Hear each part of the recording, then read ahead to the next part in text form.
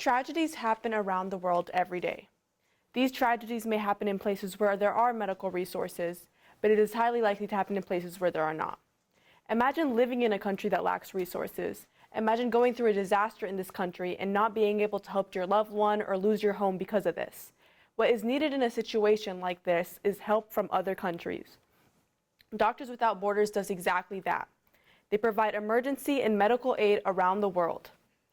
Those that are able to donate should consider donating to Doctors Without Borders, and those that are not able to donate should consider supporting Doctors Without Borders in other ways. I have spent a great deal of time researching not just Doctors Without Borders, but also other organizations and charities similar to it. So I believe I'm pretty credible. So let me start by going over the main points.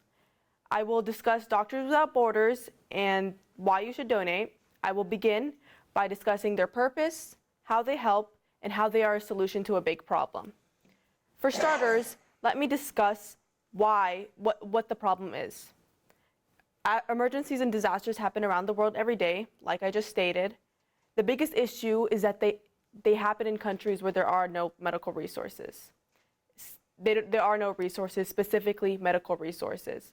According to the World Bank Organization, more than half the world's population does not have access to basic medical resources or health services. A victim of this is Harissa.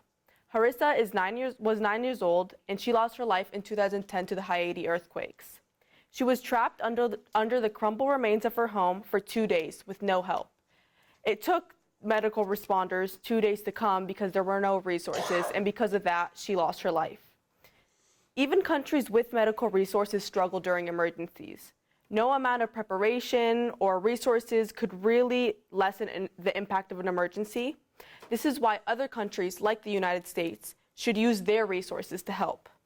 So, now that we've discussed the problem, let me introduce the solution to this issue. As I briefly stated, the solution is to share our medical resources. The U.S. is specifically notorious for their surplus of medical resources.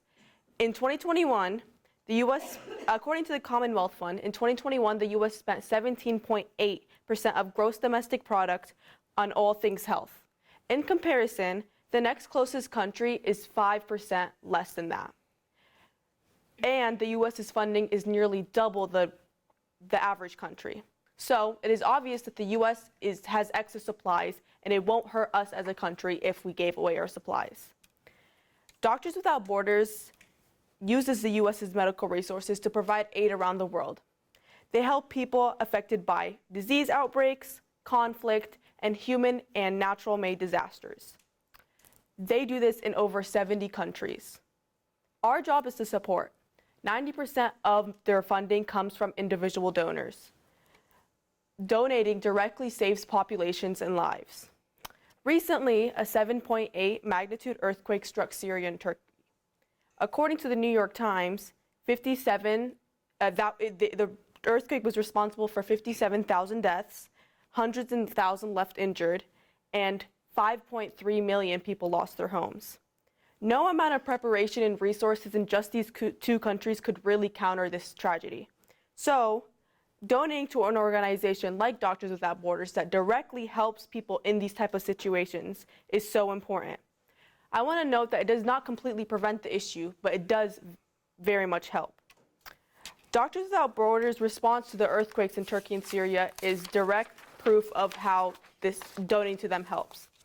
Their first responders were sent out to the most affected areas in Turkey and Syria. They provided families left homeless with tents and winter kits.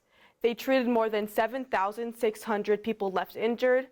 They supported local clinics, and they launched their own mobile clinics, and they also donated 27 tons of medical supplies to the countries.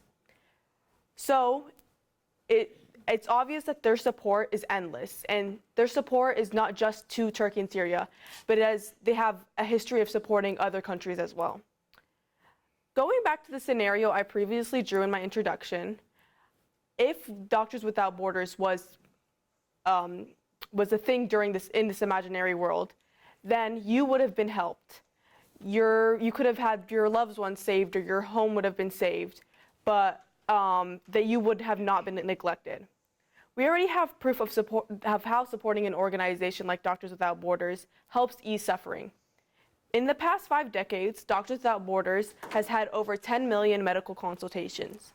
That is 10 million lives helped that would have been neglected otherwise. So, what do we need to do?